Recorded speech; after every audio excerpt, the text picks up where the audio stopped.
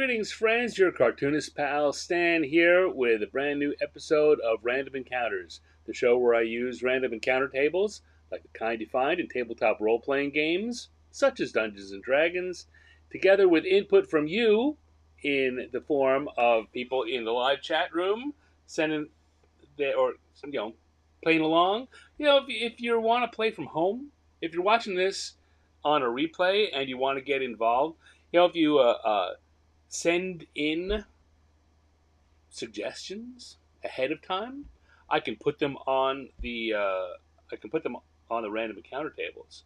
I could also just kind of throw them out there, put them up for general discussion, and you could be involved even if you're not watching live. But if you get the chance, come and watch us here on a Thursday evening. Watching live is fun. Anyway, we use all that together. I cut myself off in the middle to generate randomly a who and a what, and I put those two together, and then I draw that cartoon. Come up with an idea for it, and I draw it while you watch, while you chip in your ideas. I answer questions. I talk about the art process. I talk about lots of other things. I talk about whatever is on my mind. Sometimes I don't even know what I'm going to talk about, as this intro kind of shows.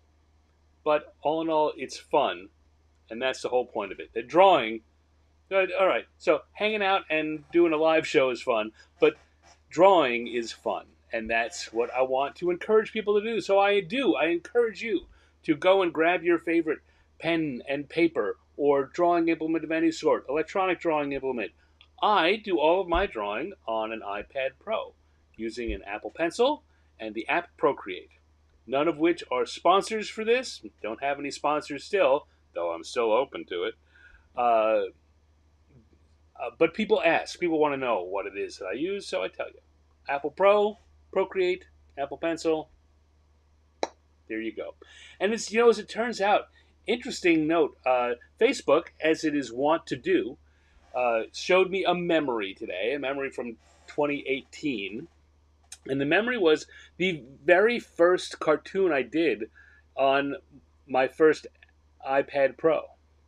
I'd had iPads for a while, but they weren't up for drawing in a professional level. When the iPad Pro came along and the Apple Pencil was created, it's the first time that that machine became capable of producing something of professional quality. And I bought one. I'd done a lot of research. Everyone talked about how great Procreate was, so I grabbed that app and I fiddled around with it for a day or two, and then just decided that I was kind of getting the hang of it. It felt very similar to me to what I was doing with physical media. At that point, what I had been doing was doing my drawing physically, doing my drawing on a piece of paper, pencils and inks, and then I would scan those in, and I would do the coloring digitally. So I already had a half digital process going on.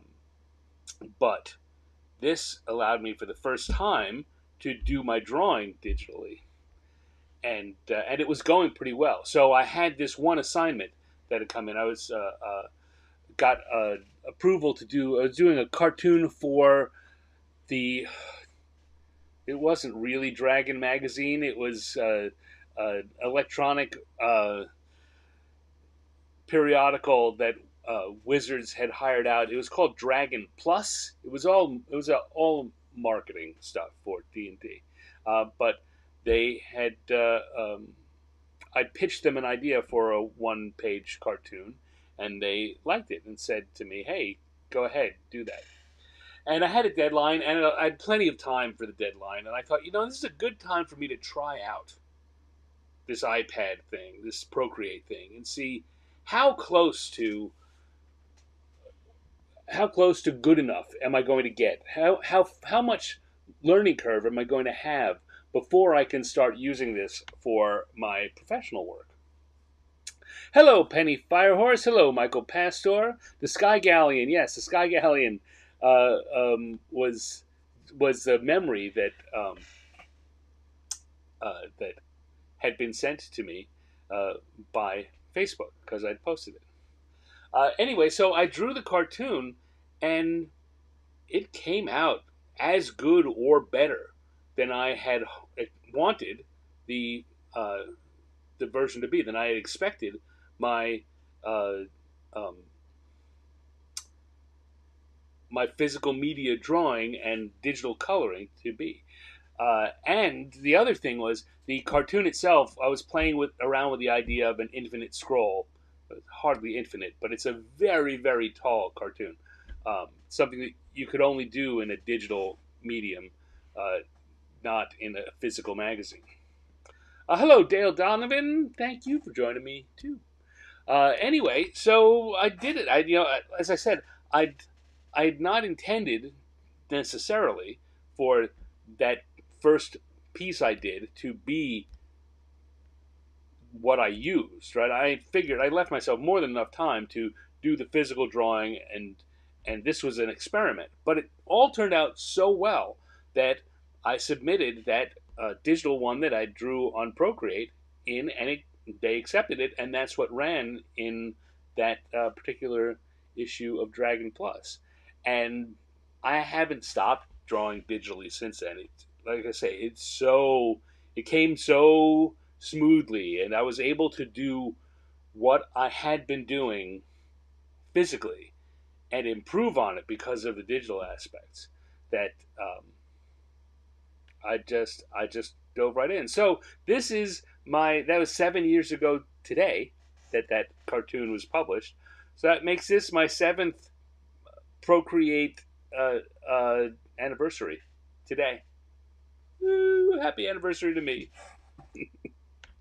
Anyway, long story there to go along with the fact that we are using Procreate for what we're drawing today, or I'm using Procreate for what I'm drawing today. Having gone through all that, how about if now maybe we do some drawing? Let's get to the fun part of the show, not the Stan blathers on part of the show. Although I will continue to blather on while the fun is happening. There are encounter tables for today, our who's and our what's. I'm now gonna. Oh, you know what I haven't done though is I haven't opened up my die roller yet. So here we go. We come over to the die roller and we are gonna roll this die and get a who and a what. So our first who is number one, and our first what is number 6. So come in, and that means it's a Dragon Skateboarder. Dragon Skateboarder is going to be our first drawing.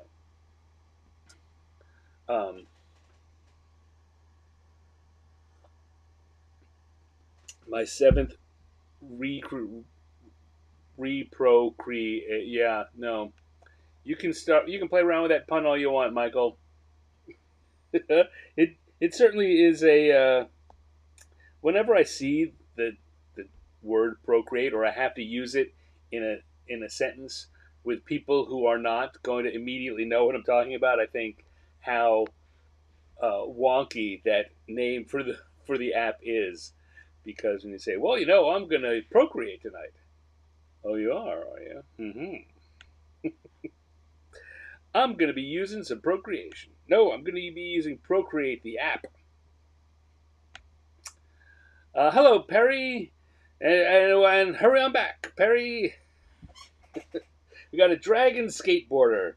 All right, so how about if we what? So I know what I want to draw with a dragon.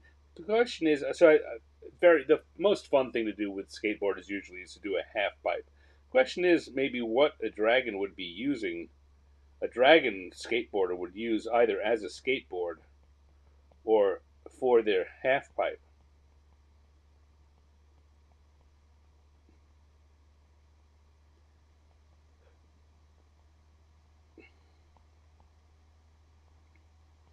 We got a skateboard there. We got a dragon here.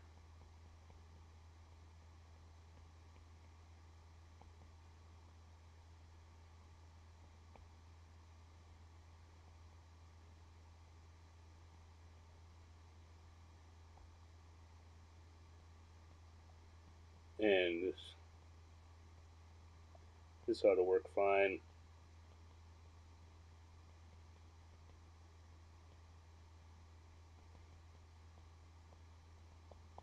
If you guys have any suggestions, throw them on out there. But I think that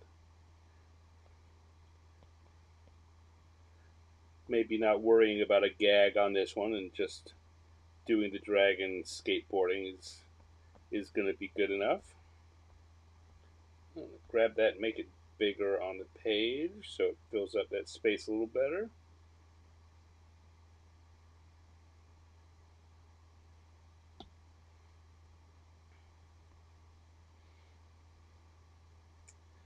Um,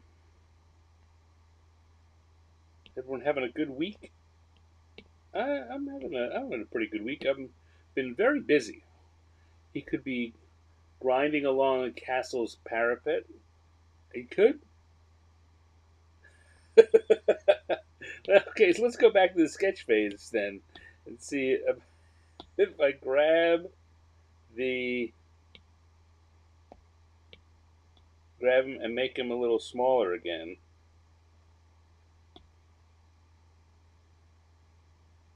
We can put the parapet up.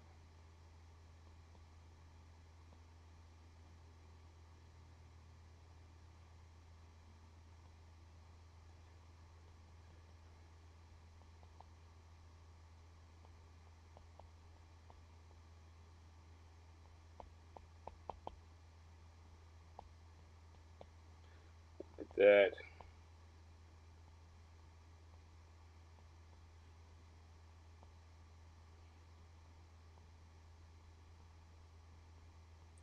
What's a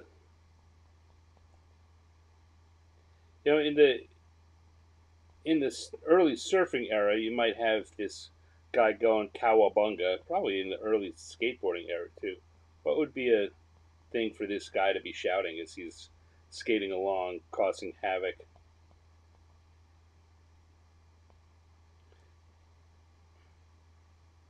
I don't know. I certainly do not know enough about skateboarding lingo these days.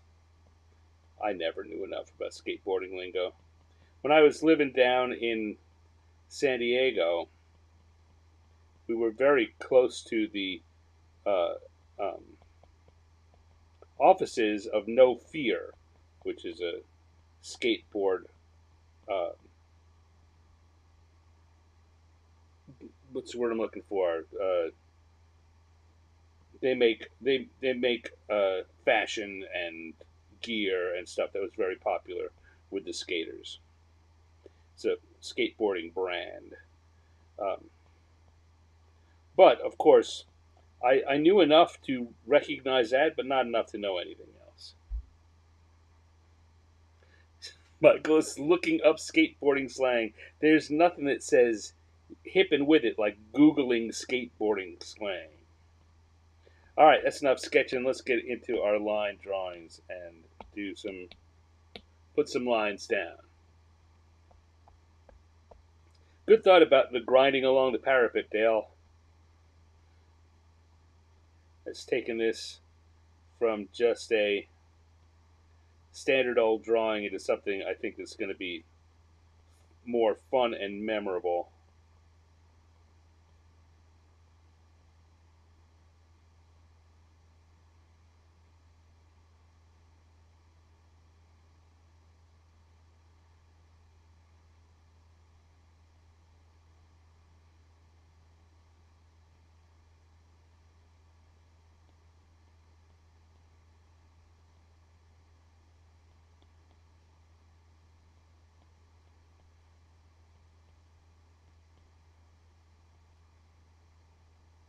This guy. Oh, those those skaters, they're trouble.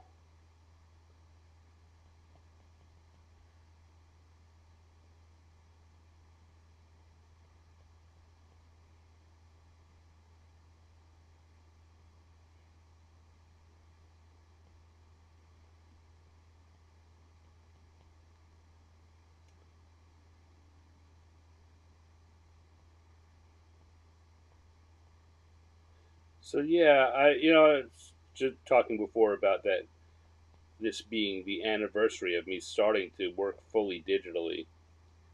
Um, I had wanted to do more digital work prior to that, but before the advent of the iPad Pro, which made it relatively inexpensive to get a touchscreen uh, drawing machine that could produce high quality materials. Uh, the only way to do that was to buy these super expensive products like the Cintiq uh, from Wacom.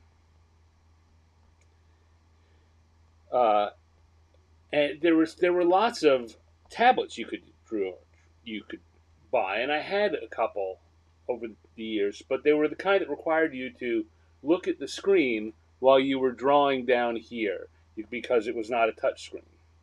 And most people work that way, and I just never had enough time to master that. Uh, it was a skill I just couldn't get. That looking here and drawing here, my coordination wasn't up for it. And I could have gotten there. I for sure could have gotten there if I'd put the time into practice. But at that point, I was, working full time, doing either editing um, or writing or management, depending on which job it was. And I was doing drawing assignments, and I just didn't have time uh, to play around. Like any time I had for drawing was going into uh, art that was going to be published somewhere.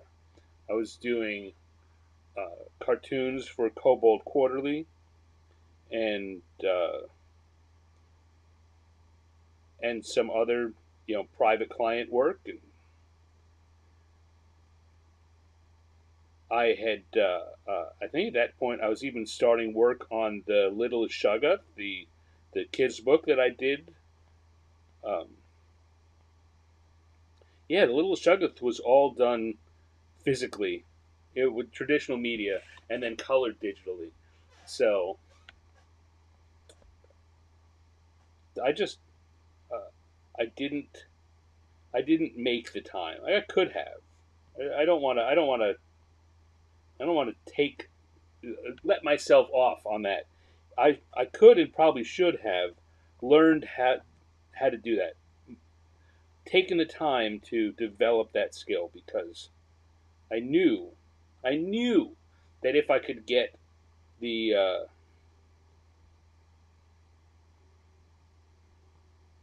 the knack for drawing digitally up, that it was going to improve the quality of what I was doing. I had found from the from just what I was getting from doing the coloring digitally that it really did suit me and suited my style and uh, what I was imagining, but I couldn't make it happen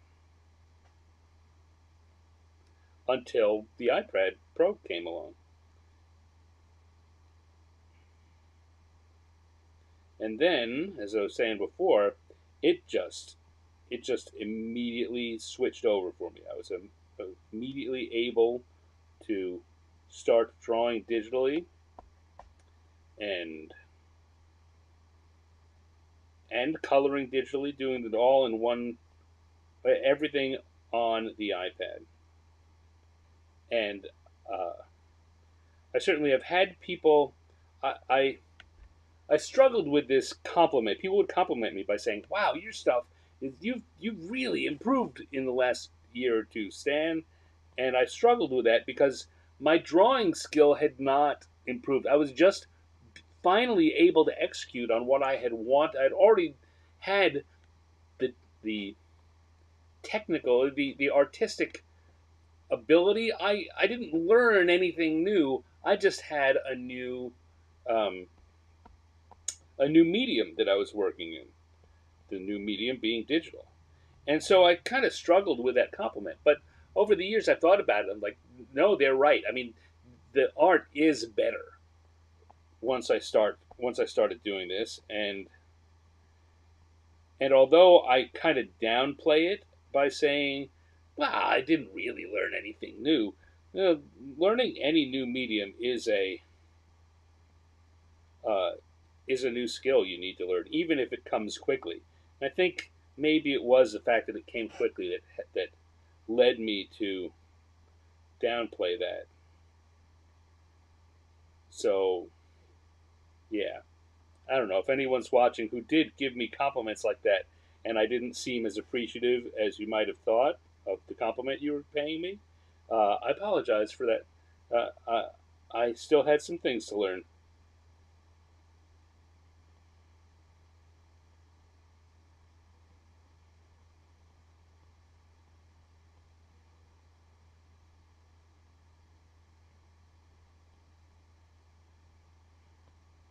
This guy sees what's coming.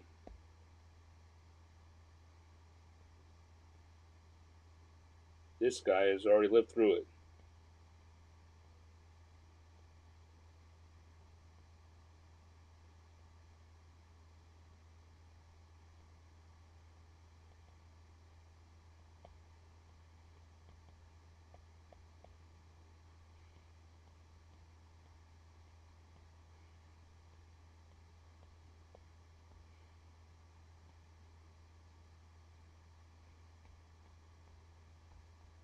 And then we'll get some speed lines going across.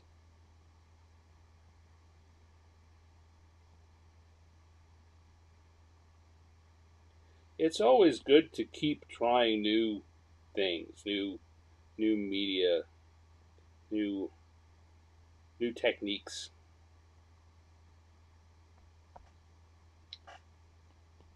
You just never know when something is going to click like that.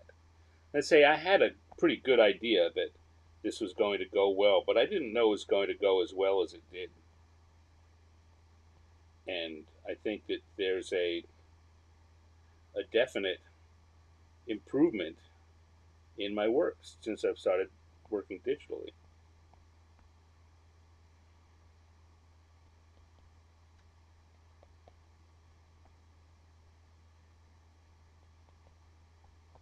All right, let's turn off the sketch lines and see what we've got here. It's looking pretty good. We still need to clean that up a little.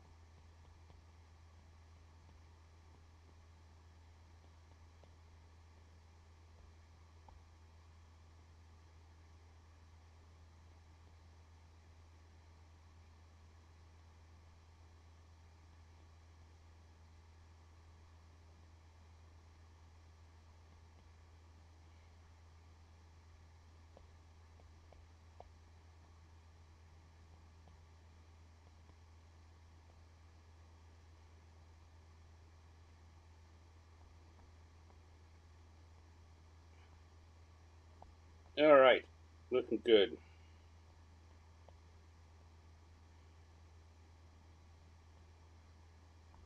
Let's go over to the coloring layer and go to the gloaming brush that I like to use. Hello, Cindy Robertson. Thank you for joining us. Who else is here? Uh, um,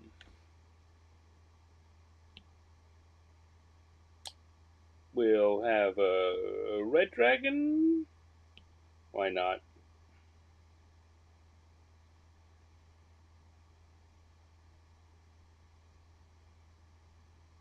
Never sure exactly what color to go with dragon. Red is the obvious choice. It always is, but it's not always the best choice. In this case, our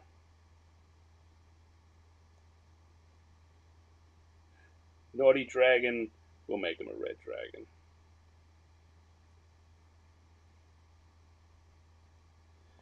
Continue to do my little shape within shape style coloring where I don't fill up all of the space completely, but I try to find the shape of the things within it, like the that arm versus that finger and that finger,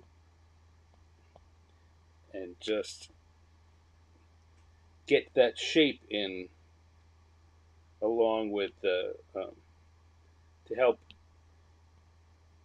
increase the feeling of three dimensionality and texture. And as I often will say, you can do this if you're not coloring digitally. You can do this when you're working in a regular coloring book with crayons or markers. Just don't worry about filling the whole thing in. Look for those shapes within the shapes and try to emphasize them. We're going to emphasize that part of the wing and then that part of the wing.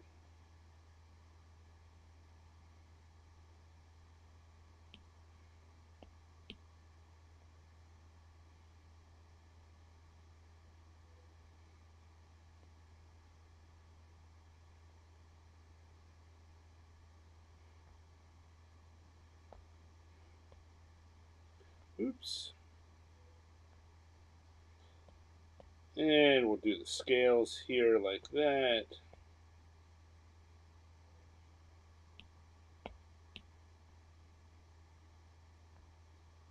Give him a pale yellow belly.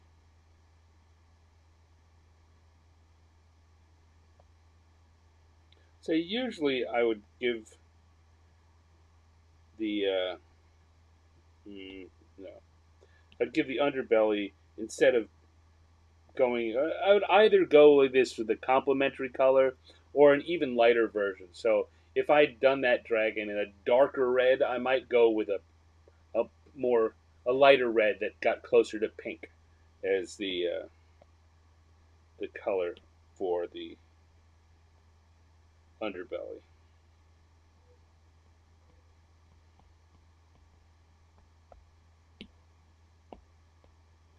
Let's see.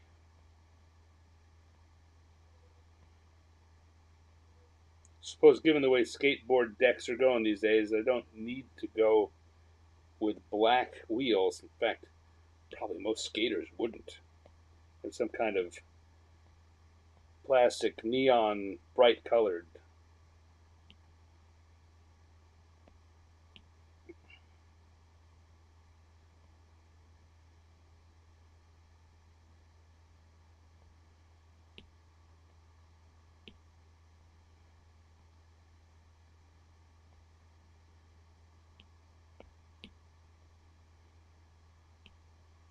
I think we'll use an orange for the orange and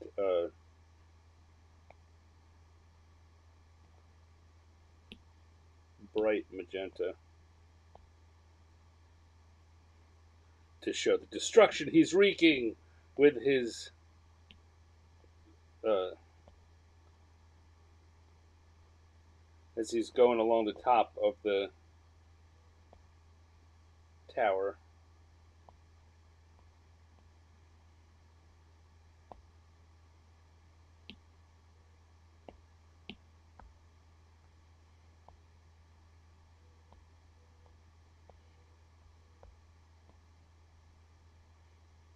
I've been doing a lot of coloring for a project.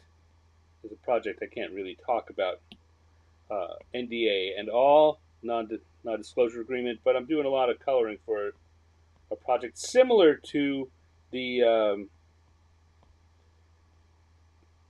the card game that I did for Kobold. That's been announced now. Necromancer is another card game that I'm doing all of the art for, and I'm working on it right now.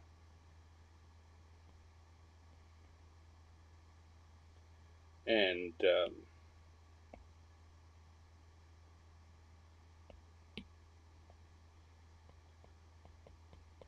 there's been a lot of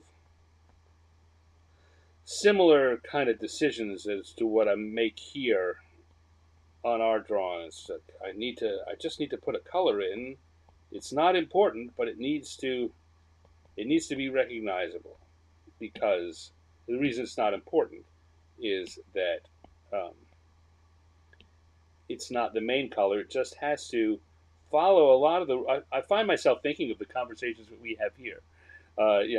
It's not important that I get it right. It's important that I put it in there and that it communicate a little bit of information uh,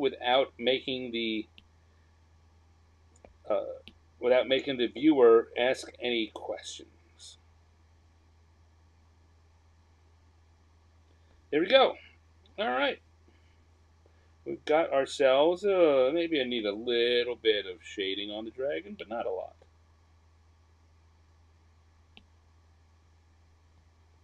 Just a little to help, again, highlight the texture and three-dimensionality a little bit.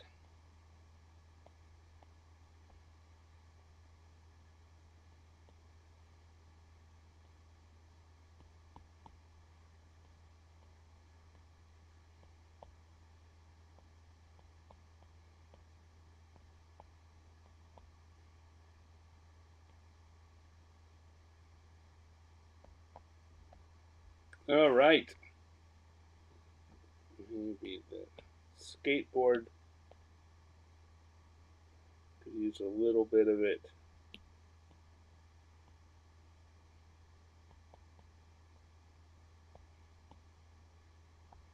But I think that's it. I think we've got ourselves a dragon skateboarding.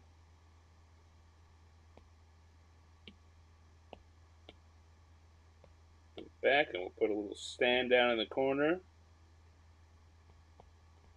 to indicate that we are done. Dragon skateboarder. Right there. Right there. Right before your eyes. Hello, Julie Hall. Thank you for joining in. You're not bored of this skating dragon? Oh, good. Oh, good. Well, then I've at least achieved not boring. You know what I'm thinking? I'm looking at this and I'm thinking I just want to pull those colors back a little tiny bit. Just a tiny bit. 10.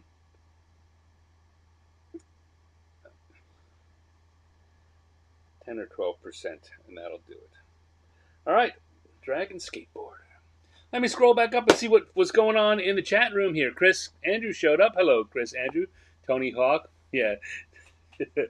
Who needs Tony Hawk? We've got Tony Dragon.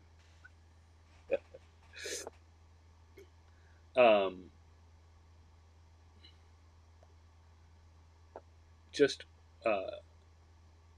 ordered the book.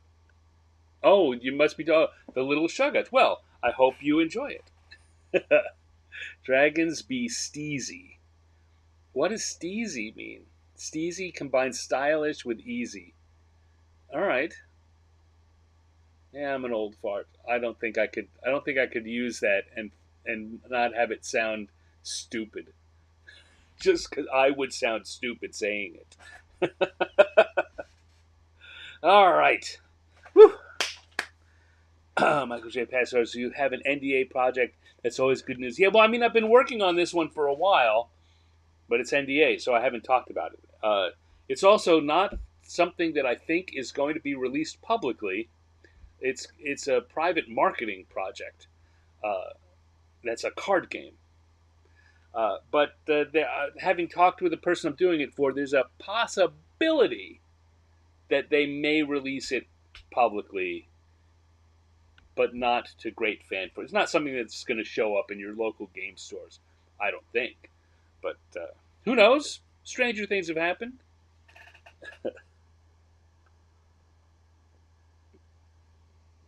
Okay. Let's reset everything here and go back and do another. I'm rolling. Turn off round one, turn back on our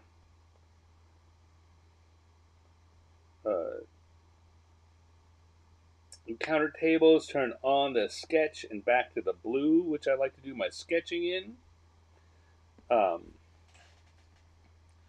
Take off my glasses for a second. Oh, gotta wipe my eyes. been drawing all day, which is usually before the show. I will I'll stop drawing about 2 in the afternoon and go on to do other things that I need to do, email or bookkeeping or write, even just writing, so that my eyes and hands are fresh when I come in here. Because after a while you get tired. As much as I love drawing, there really is a limit to how many hours per day I can reliably do it well. And I've been drawing a lot this week as I'm working on this project. But I'm also really feeling into it, which has pushed how long I can go, how much energy and oomph I have later into the day. So I was working on these drawings all the way up until about half an hour before I started the live stream, and they're coming out good. I'm in a coloring phase. When I do projects like this project has 67 or 70 pieces of art that it needs for it. So the way I do it, I don't know that anyone really cares, but I'm going to tell you because it's my show. The way I do it is I break it down into uh, segments of 20 images, and I will do the sketches for the 20 images and then send those off to be approved and start working on the next set of sketches. And when the approvals for the sketches come back, provided there aren't any changes required, I then ink all 20. So I will sketch all 20, and then I'll ink all 20, and then I will color all 20. And then I will send in an invoice for all 20. And then I'll start I'll pick up the next set of 20. However far I've gotten in the sketches, I'll then finish those out. So this batch I'm working on now is one of the last batches, and I done the sketches last week. They got approved over the weekend, so I did the inking earlier in the week, and now I've been doing the coloring, uh, which is probably one of the reasons why I can do more things. It's not as taxing as drawing to do the coloring on my fingers and my eyes. So there you go. Little insight behind the stand curtain. All right, I'm gonna have one more sip, and then we'll go back and get us another subject.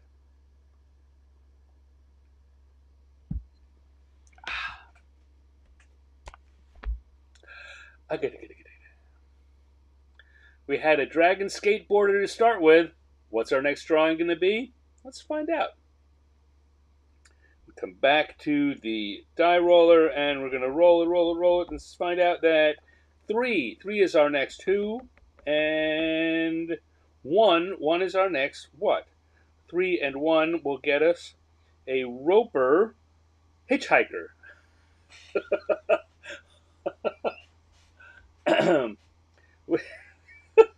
That's a funny idea.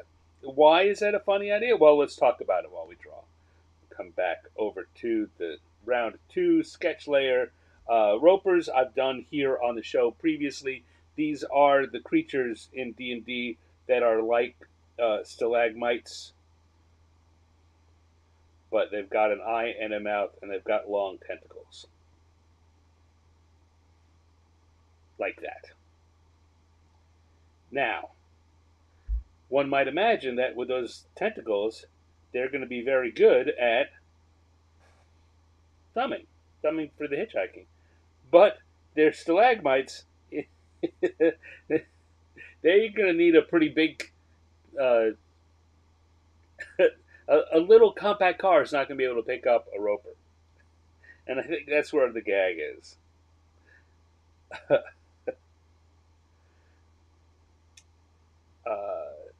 I'm feeling like maybe I've already got what I could use, but let's clear that layer and do this again. All right.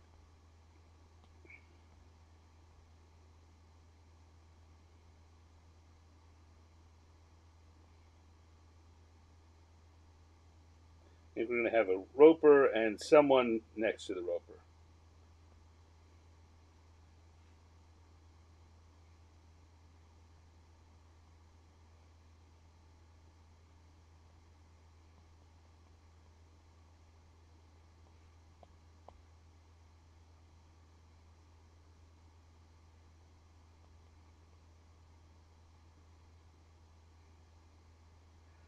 And all right, let me already start here and move things around a little. I'm going to grab that little car I drew.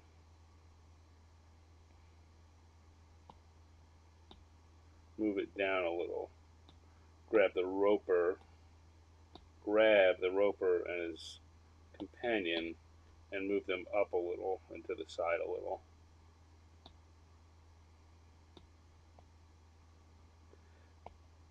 It would be easy enough for me to redraw stuff, but when I've got something close enough and I'm working digitally, just as easy to grab it and resize it. I'm trying to think about if I have this guy.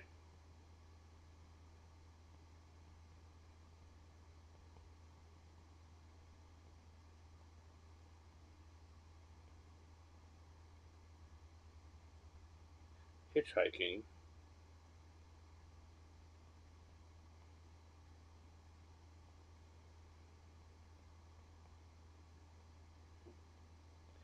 Roper's going to have 3 or 4 tentacles up hitchhiking.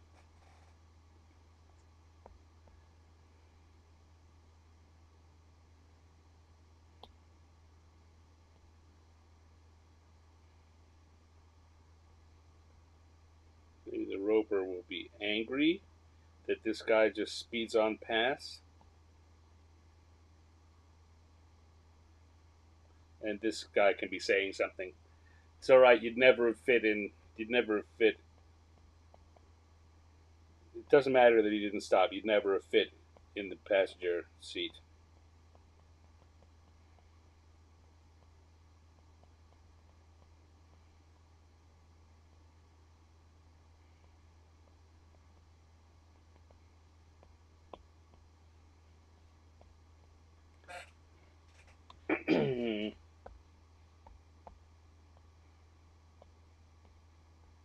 There we go. I've been thinking about my. So next week, start talking about next week already. Next week, I'm going to be doing the celebration of the 2nd anniversary for the show. This will be episode 104, which is 2 batches of 52 weeks, which means I've completed 2 years of doing the show. And we just passed the 100th episode. So, as I've talked about before, I've taken the idea, brought to me by our own Michael J. Pastor, uh, to have a special episode where I'm doing something a little different. I will be trying to do not a different version of this where I'm not worried about kind of getting an idea and working through it, but getting as many things done as possible. In fact, the goal is going to be to try and do a character a minute for an hour and a half, or more than an hour and a half. Do 100 characters in 100 minutes. That will be the goal. Now, I think I certainly will have to not draw all afternoon if I'm going to attempt that. But even if I don't, that's going to be a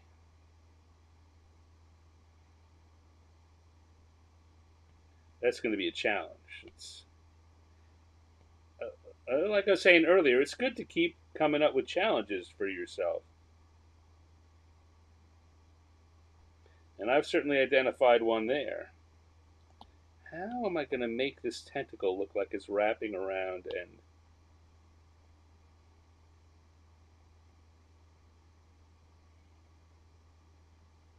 there we go. So one of the things I was working on after I finished drawing today was working up the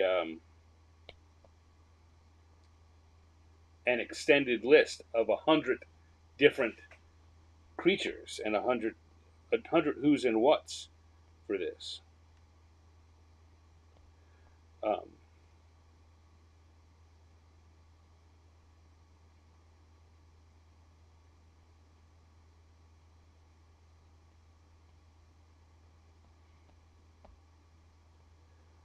I'm going to have my friend Troy, who does the sumo show with me, on as a co-host next week when we do this. Do I have my list of 100 yet? I don't have the whole list of 100, and I was thinking that, in fact, I not only thinking, I'm definitely inviting you all to give me submissions for things that should be on there. Don't do it here because I'm not going to be able to pull up this chat easily. But if you do it as a comment after the show, or send it as a instant message to me somewhere, um, that'd be great. You can help me figure out what it is that we'll have on our list of the 100 characters.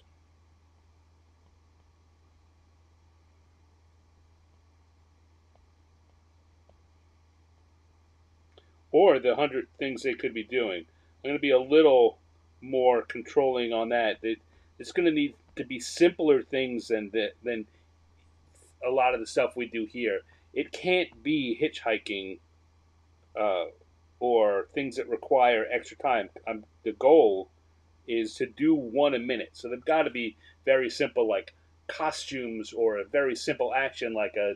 It could be anything you can think of as a simple uh, Halloween costume, a firefighter or a police uh, officer or a farmer, or these are all things that are probably going to go on the list, and some of them are there already.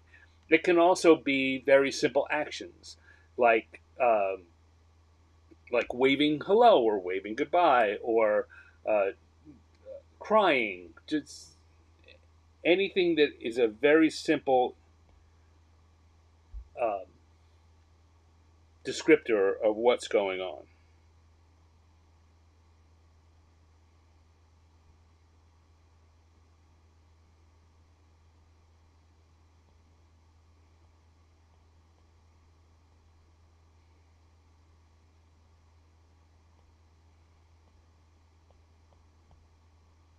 And I'm going to put together the list of 100 different of them, at least 100 different options. And then we're going to use one of those. I was talking with Troy about this. We're going to use one of those apps that creates a spinning wheel to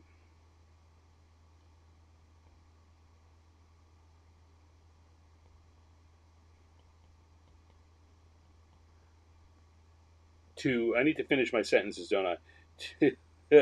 So that we can come on and very quickly go. And Troy will be in charge of leading what's going on in the chat and letting me know what folks are saying. And I'm going to have my head down for pretty much the whole uh, hour and a half, drawing something very quickly, and then moving on to the next one.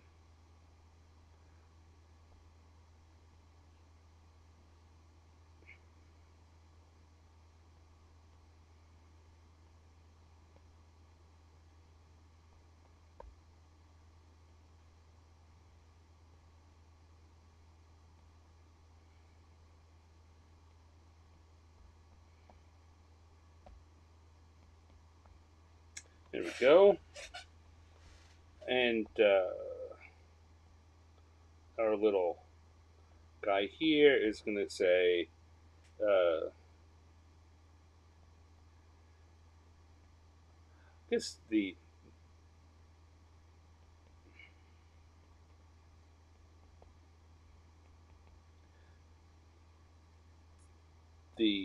roper here could be going something like,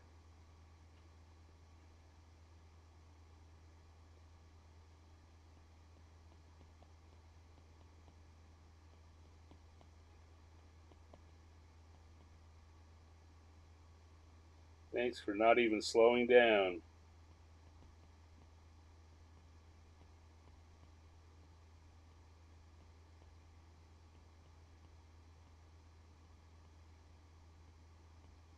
jerk."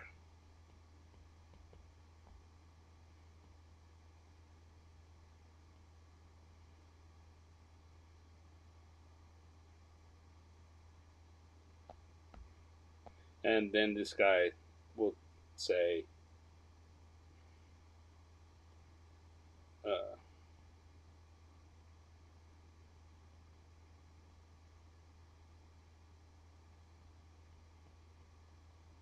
you never would have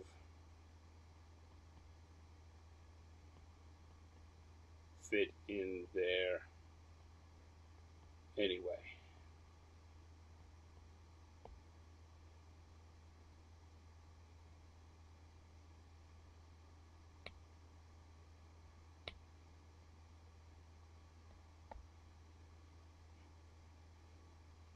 Yes, like that.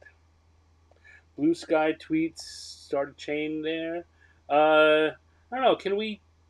Is Blue Sky up for making a chain like that? Yeah, I really should. You know what? I really should post it on Blue Sky and ask for people to input there. That would be a fine place to send me um, to send your suggestions to. Anyway,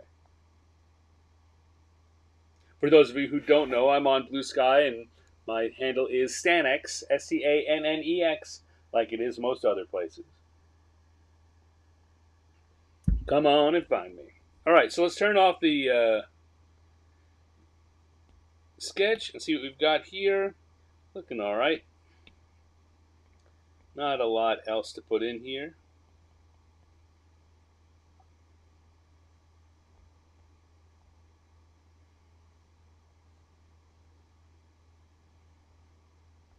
And we can, let's start with color in the car. I don't know why, but I'm feeling like color in the car.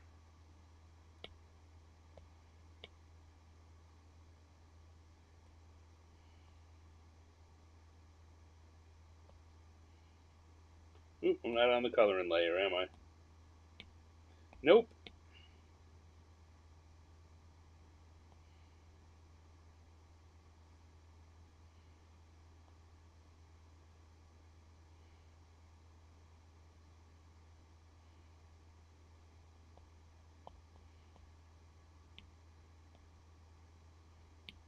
We'll do a faux black for the wheels, for the tires. Sorry, excuse me.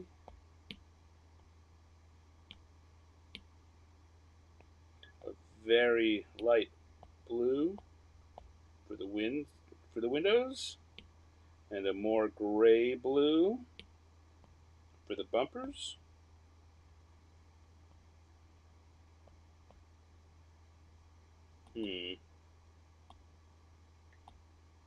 Go back to that blue, that lighter blue for the headlights.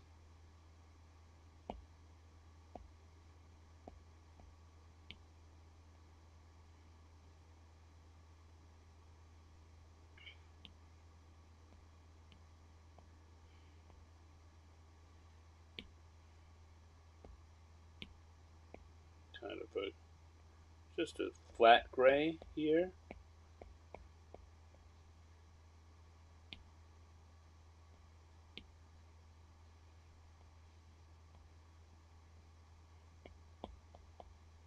There we go. A rocky brown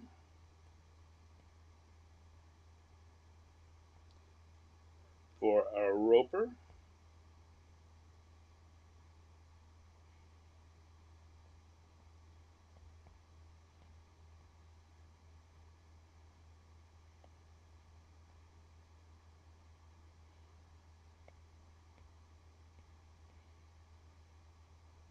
Yeah, so I'm very much looking forward to that thing this week. It's going to be a fun challenge.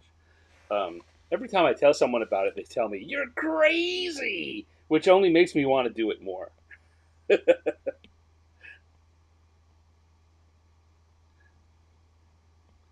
Yeah, crazy am I? Well, you know what? That just makes me want to pull it off.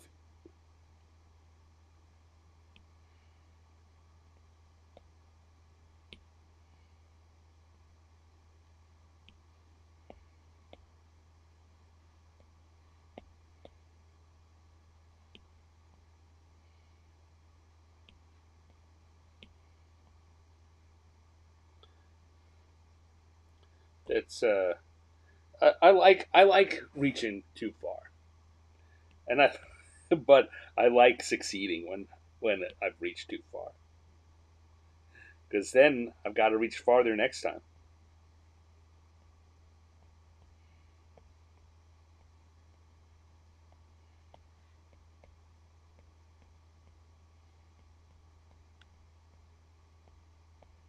What else do I want to add in here?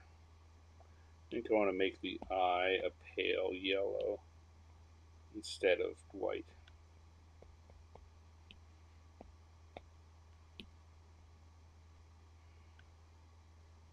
There we go.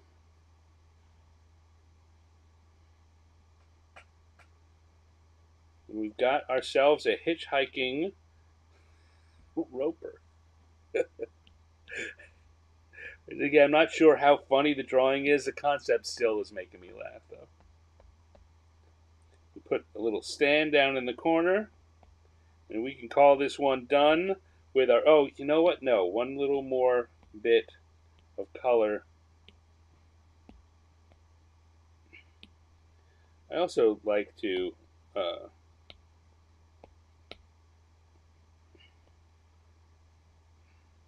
just to show that he's monstrous. I'm going to put a weird coloring in his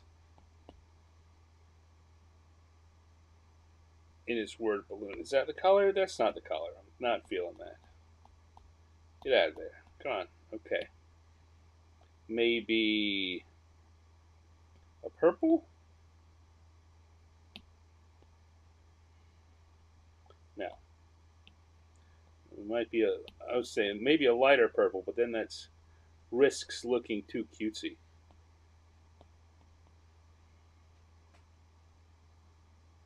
Yeah, all right. Let's settle. That'll do. You see those things popping up every once in a while. The reason for that, which you wouldn't have seen uh, until like a month ago, when I got a new iPad. I think I talked about that recently on the show. I got a new iPad, which is really freaking awesome, and it also has the latest generation Apple Pencil, which has some new technical abilities. One of which is that it's got haptic feedback, which is as I'm drawing, it creates vibrations that help to make it feel like I'm drawing on a physical medium. But it also means it's got this thing where if I'm holding it and I squeeze, it will activate. That's a trigger, like doing a touch on the screen. And I've set the squeeze on this to bring up this menu of often used actions. But it just means sometimes I squeeze inadvertently, and suddenly they popped up on the screen, and I didn't mean them to. Like there. All right, so I'm going to put that down for a second, and we've got ourselves a Roper Hitchhiker. Michael says Roper's thumbs are chef's kiss. Oh, thank you very much. Yeah, that came out. I didn't know what to do at first, but they came out to me. I look at that and I say, yep, it's clearly looks like a hand, but it's clearly a tentacle that's curling around. At least to me, I solved it to my satisfaction. I'm glad you agree. Um, yeah, so two drawings down. That's that's a pretty good start. I'm trying to think if there's anything else newsworthy we can chat about. Um, I told you about the project I can't talk about. That's always fun. Um,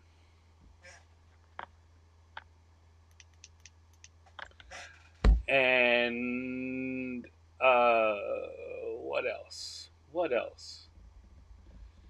I'm looking forward. We talked a little bit about the Cobalt Press project. The game is called Necromancer, and it's available for pre-order. The game is available for pre-order on the Cobalt Press uh, site. So you go over there, cobaltpress.com. It's called Necromancer, and it features all art by me, which is very exciting for me. Um, I do know that the success of this game may be impacted by the tariffs, but there's nothing anyone can do about that at this point. So the main thing is just get it to be as popular and successful as possible. So go and have a look it out. Do I know when Necromancer is due out? I don't know exactly. I know they sent their print order in. It's supposed to be out by Gen Con. So sometime in the June, July, August range is when it's supposed to be out. Um, I talked to Wolfgang Bauer, uh, the Kobold in Chief. I talked to him. We had lunch a couple of weeks ago. He was telling me about that. The order's been put in. The rest is in the hands of the gods of commerce. When that gets released, or as they do more to show it publicly, I can share some of the drawings with you. Until that, I really kind of need to leave it to them to set to be the first to show things and that. But right now, on this iPad I'm drawing on right now, I've got all of the art. I could just scroll through and show it to you, but I can't. What are you going to do? Non-disclosure. Um, Demons of Commerce. Yeah, you're right. I probably should have said that. Even in the best of times, they are the demons of commerce. Okay. All right. Let me get this set up here. We'll do another drawing, and we will call it an evening. Turn off round 2 and turn on round 3. Set back to the blue and the inking. And turn on the tables. And I'll have another sip of my diet soda. Mm. Ah. Um, I feel, I was thinking, is there something I should plug here? The way this show goes, you folks watching it, thank you for watching it, first of all. I feel like doing plugs, I really should keep at the front and the end, because the people who stick through in the middle, they don't deserve to get a commercial break.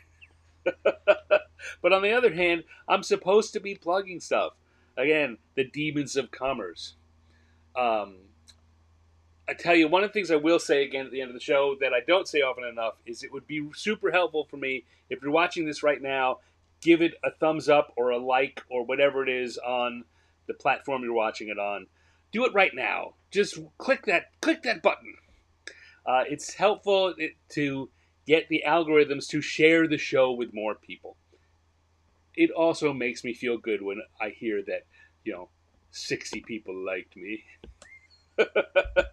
But that's not what it's about. It's about getting the show shared. Also, I'm streaming this to multiple platforms. I will tell you right now, the primary platform is YouTube. That's where the archives are. That's the way when I have to make a decision about how to do something, the way I answer it is what works best for YouTube. YouTube is a place to go. My channel, if you're not watching there, and I know almost everyone I'm chatting with here is, but if you're not aware of it, my channel there is The Real Stanex, because of a problem last spring, I lost just Stanex. The Real Stanex. I'm trying really super hard to get up to 500 subscribers on that channel by next week. By this time next week, I'd like to hit 500 by the time we do that second anniversary show. And we're slowly creeping up there. So if you are not subscribed to my YouTube channel and you like this, please, come on, please, go and subscribe to the channel. The only things I do are this show and my Wednesday night show. There's not a lot of, it's not going to fill up your feed with all kinds of notifications. I don't get to use it for anything else, uh, but it's helpful to me. So please, 484 now. Yes, getting close. Getting close. We're 16 away.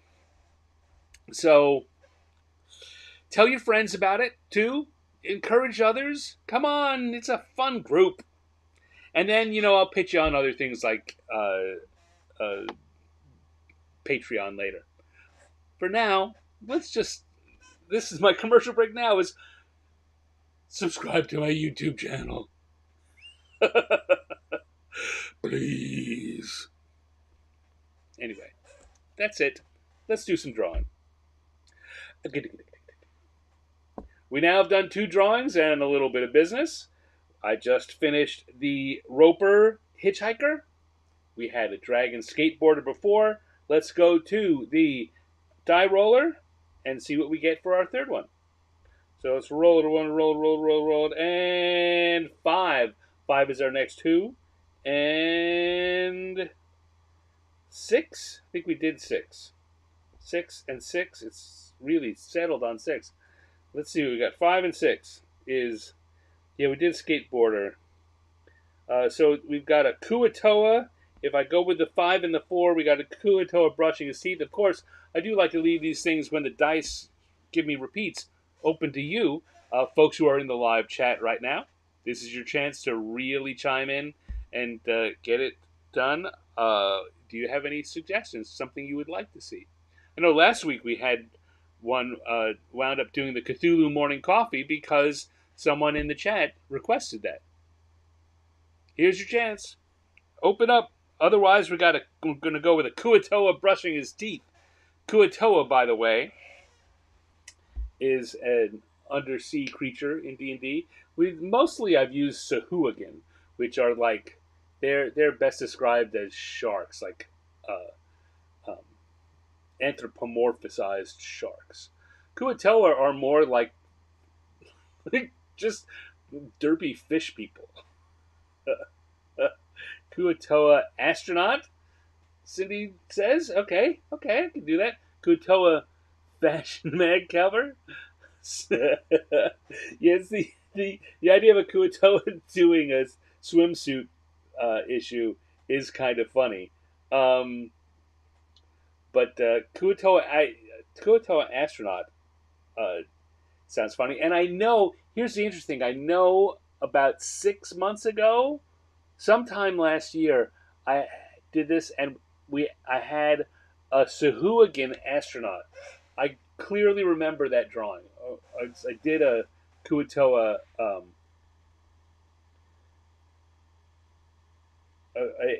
Sahuagin astronaut. So I like the idea of doing a Kua-Toa astronaut too. That's what it's going to be. I have made an executive decision. So we'll turn off the tables, can make sure I'm on the sketch layer. I've got the right brush. I've got the right color, and we've got quick sketch version. If a Sahuagin is a big guy with sharp teeth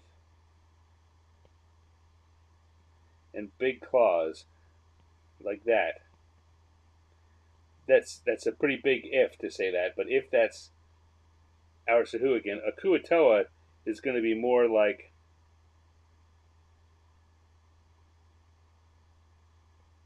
a fish guy.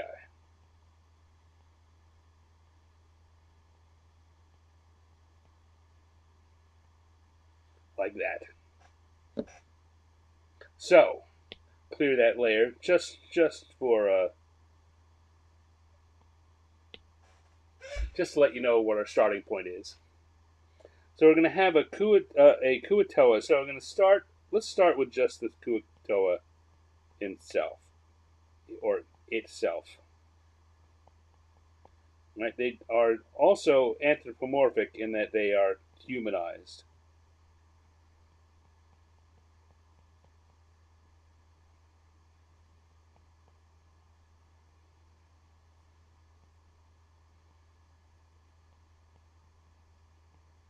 So I've got the shape, and now I'm going to put the astronaut helmet on there.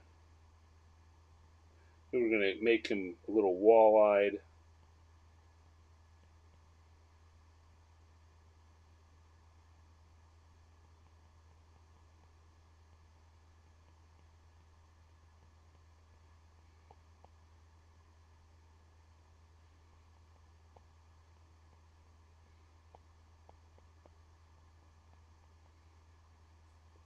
Now that's taking up a lot of space. I think I want to make him a little smaller on the page. I will often make these guys bigger on the page so that they take up more space and they can fill it. But the more I want to have a background in there, the more I need them to be smaller on the page. Guess one of the questions I need to know right now, I'm going to have him planting a flag here on the moon. Um, what would the Kua-Toa flag look like?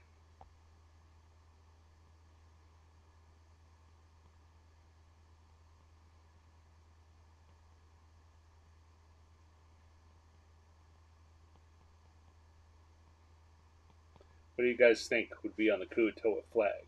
One fall, yeah. So I'm trying to think of an adaptation of one small what? So one not one small step for fish, one one giant plunge, one small dive for fish, one one giant plunge for fish kind.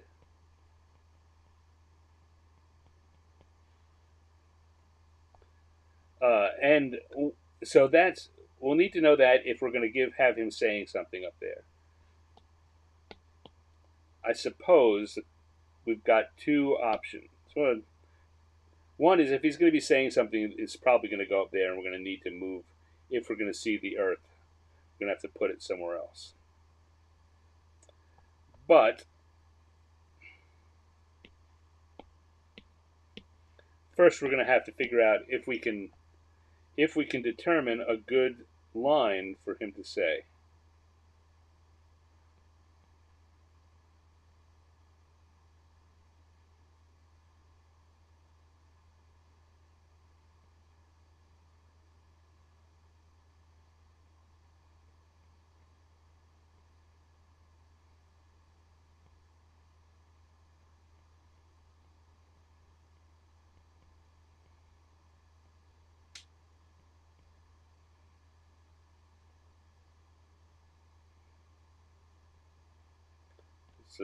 I got to concentrate here because getting all this to work right is a little.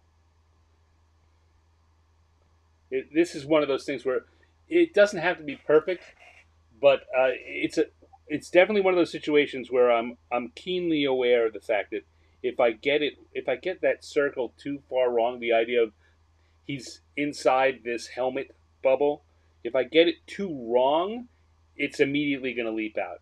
There's no perfect right because this is a weird thing that doesn't really exist anywhere, but it it's one of those things that there's no right, but there's absolutely ways to do it wrong. And so I was focused on making sure that it didn't come out immediately wrong. It's not to say that I can't screw it up somehow, but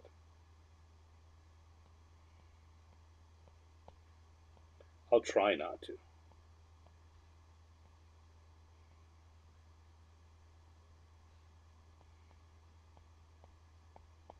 I see some stuff going on in the chat room. I always like to see that. Hopefully, you're helping to solve this problem of what can our Kua-Toa astronaut be saying, or what is on the Kua-Toa flag.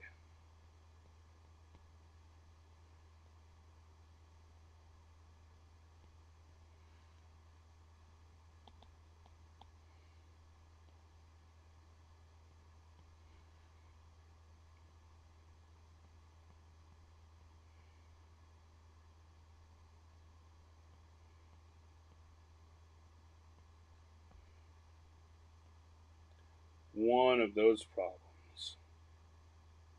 If each of you solves one of them, then we can solve both of those problems. All right, there we go. We got ourselves a nice little Kua-Toa astronaut.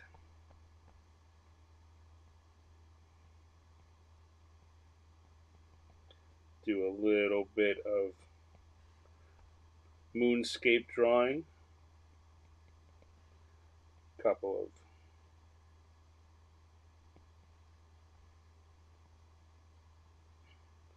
craters and a couple of a little bit of ridges there on the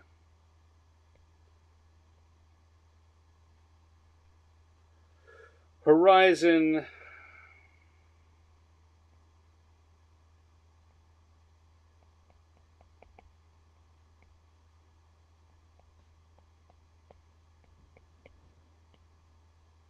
Let's see what we got going here. Tranquility, yes. C, no. I like that. I like that, Sir Ruptitious. Uh, Circle of a starfish and stripes of kelp, like the U.S. Okay. It would have been better if we had done this in the studio. Yeah. He's there to reset the tides. We got a lot of funny ideas there. All right, let's put rather than an eagle, let's put an octopus on top of the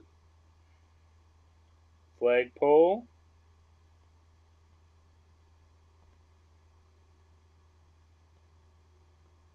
And we can have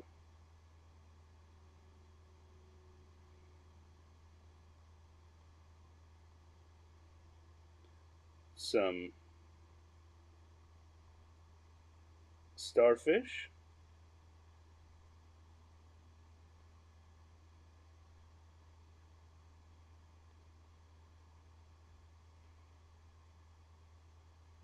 And then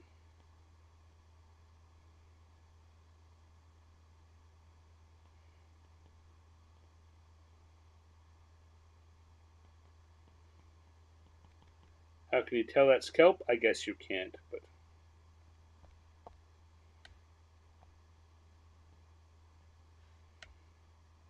there we go.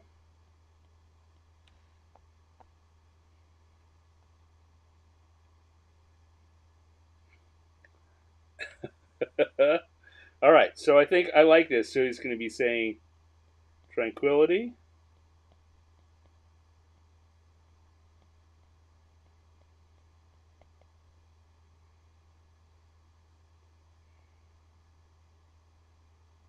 Tranquility, dot, dot, dot, yes.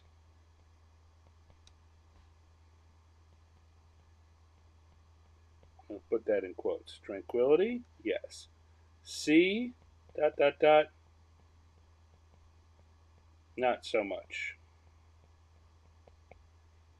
And then we can take advantage of the Procreate tool that turns rough uh, rough ellipses into actual completed ellipses or circles if you want it to be. Uh,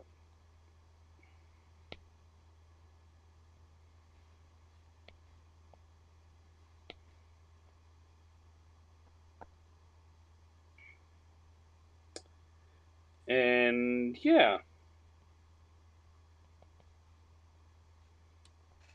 I don't think I'm going to need to put the Earth in the sky there. There we go. We've got our Kua-Toa astronaut. He needs all the help, all the kelp he can get. Good one, Cindy. Good one. All right, let's go to the coloring layer. Let's turn off the sketch layer. And yeah, that's looking pretty good. A couple of extra lines in here to make it come together, but not a lot.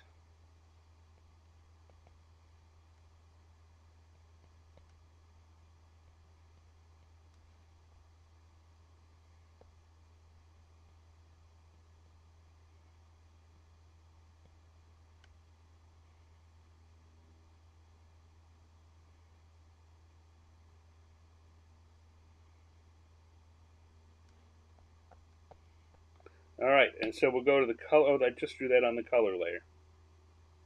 Well, we'll make a new color layer.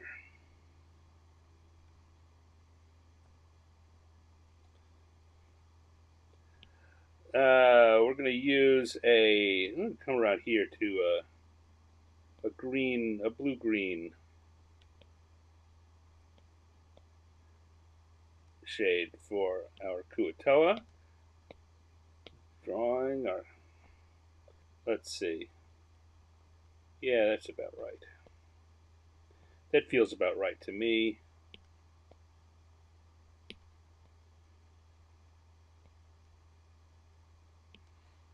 We will give him slightly discolored eyes, or slightly discolored from a pure white perspective.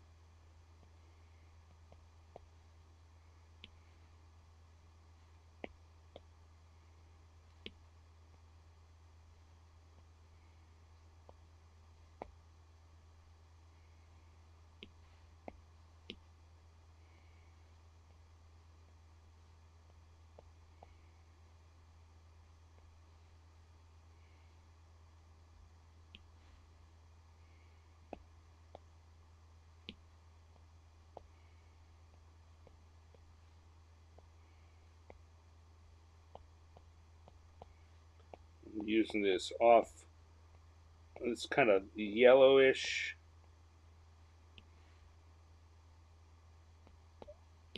color to as an accent on the what's basically a white um,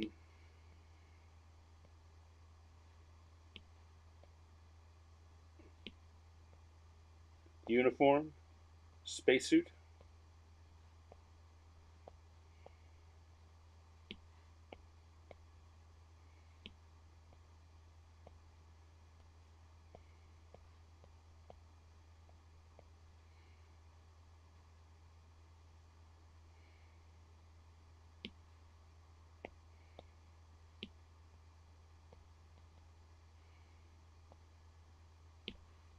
No, no, no, not blue, red. That's part of the belt.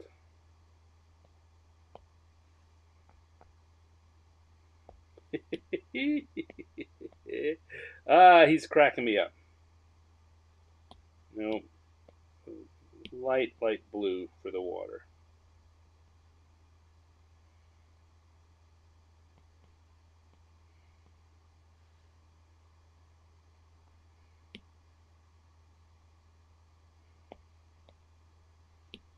And then I don't know why I've got a piece of wood here. It doesn't seem like you would use that, but what the heck? A lot of it doesn't have to make perfect sense.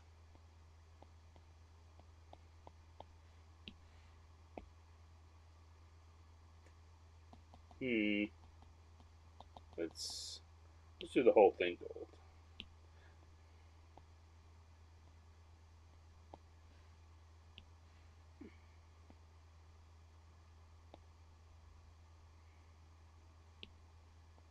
I'm gonna have the kelp.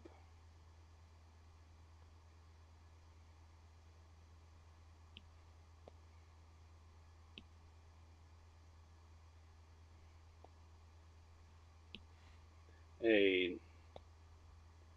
deep sea blue.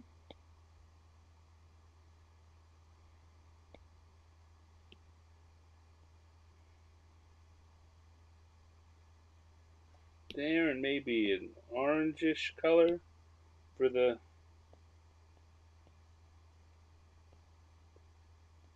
starfish.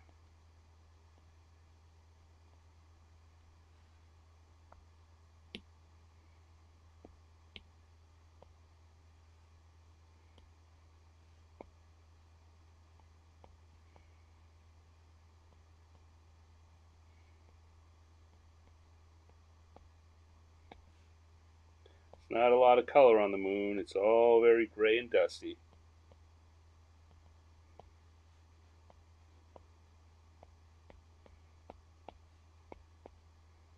And then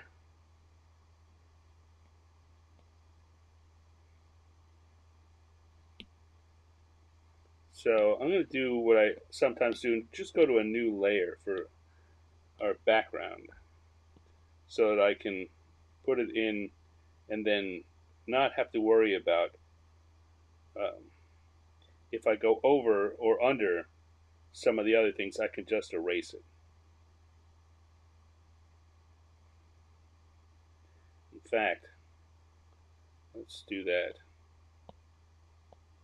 entirely.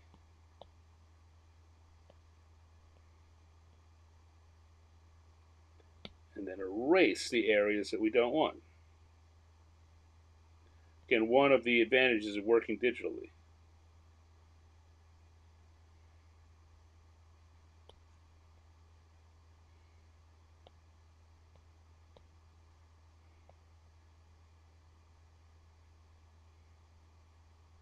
And when working in physical media, you can work like this too, but what you have to do is put masking tape over the areas you don't want to color.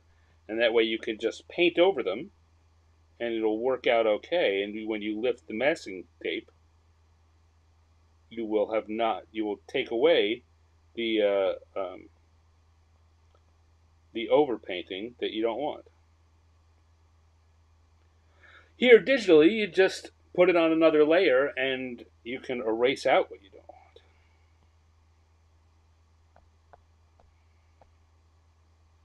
There we go. And I think in order to make that work a little better, I'm going to come back here with my inking brush. And, ooh,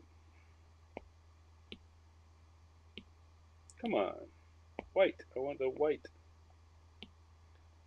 And we can add some stars in the sky. You know, I could have done that also.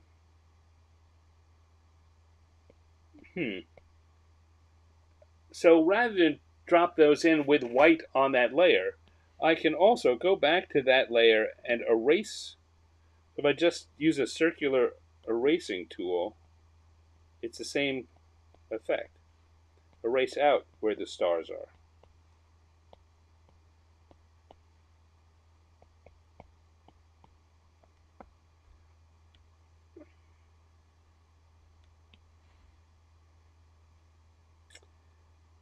I don't know. That color is not, it's too similar to what's going on the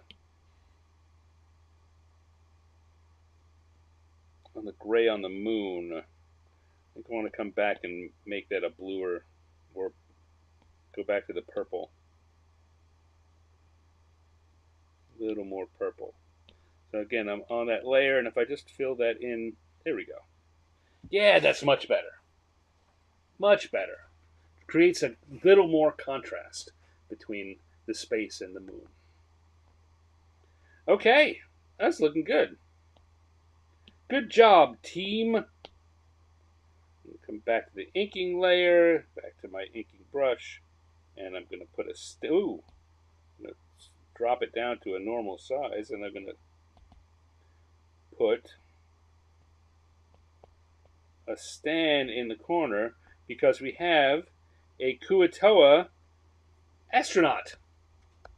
Tranquility, yes. See? Not so much. Be-doop boop, be-doop boop. He still needs all the kelp he can get. In the name of Blibdul Poop, says Dale. With a goddess like Blibdul Poop, they need all the help they can get. One small step for man, one giant league for my kind. Yeah. Chris Anderson would read a whole series of adventures about this guy. Well, let's see. Come up with some ideas. Maybe we can. Maybe I can do the first fish on the moon. First fish on the moon. Buzz all drenched. No.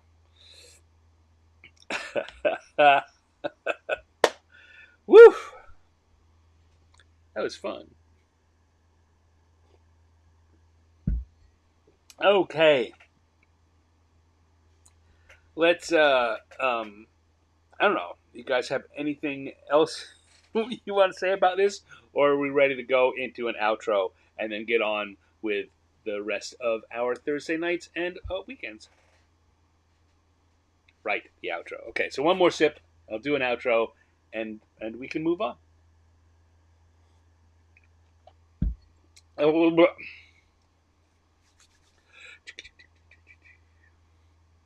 Here we have it. The first fish on the moon. Kua-Toa Astronaut was our third drawing of the night. Our second drawing had been a roper hitchhiker. And our first drawing, of course, was a dragon skateboarder.